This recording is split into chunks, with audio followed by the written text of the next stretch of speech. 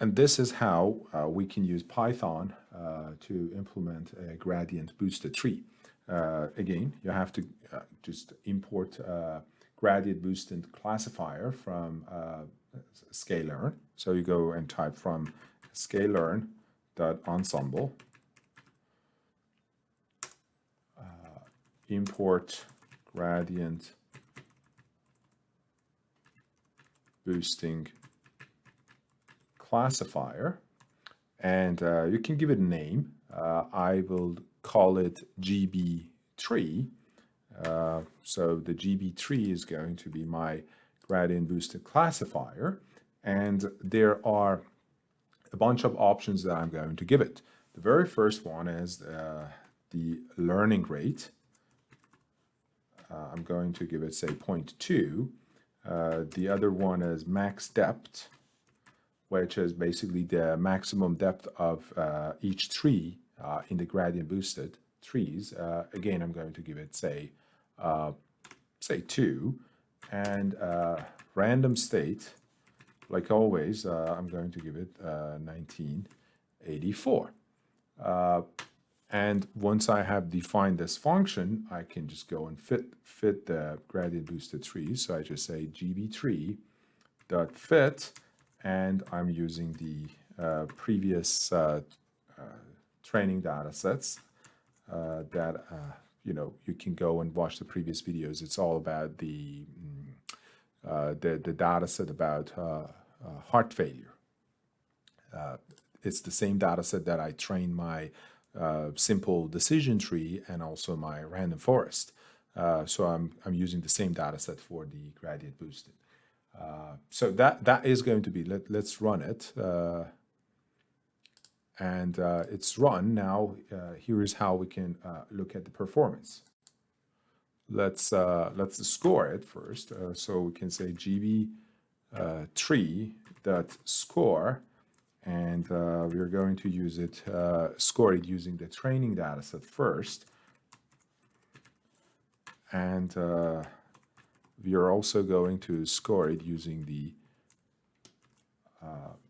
test data set. So x_test and y_test.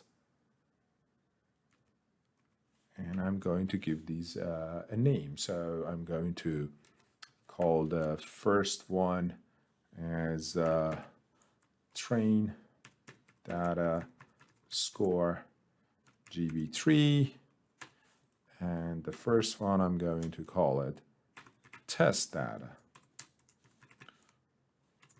score GB3, and then I'm just going to ask Python to print it for me.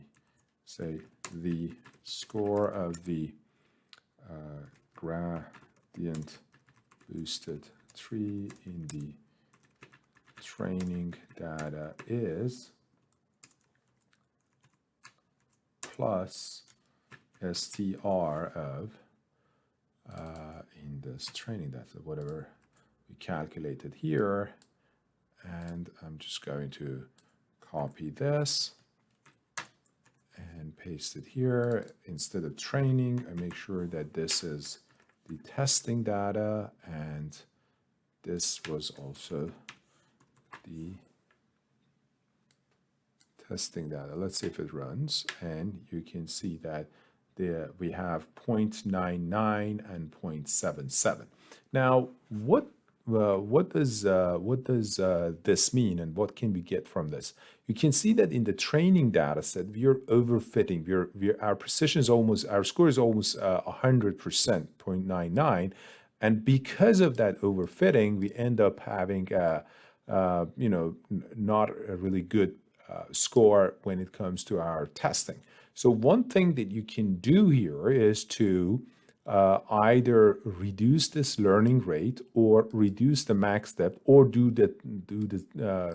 both things together.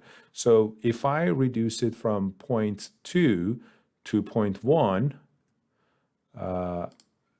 you see that I get 0.96 and I get 77, which is an improvement in both areas. And if I reduce the max depth to 1, I'll get 90% and 83%, which is much better than before. Now we can basically recycle the same code that we used in the decision tree to visualize the feature importances.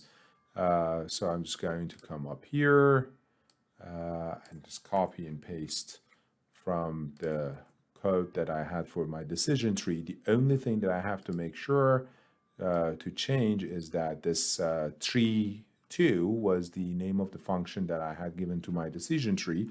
Here, I'm going to visualize the feature importances based on my GB3 function, which is the gradient boosting classifier. So I'm just changing it to GB3 and it should run.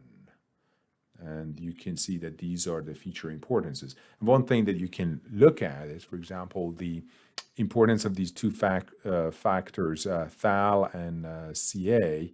You see that in the gradient boosting is much higher than the decision tree. The importance of sex and age is lower in the gradient boosted trees than it was in the simple decision tree, and CP continues to be the most important feature.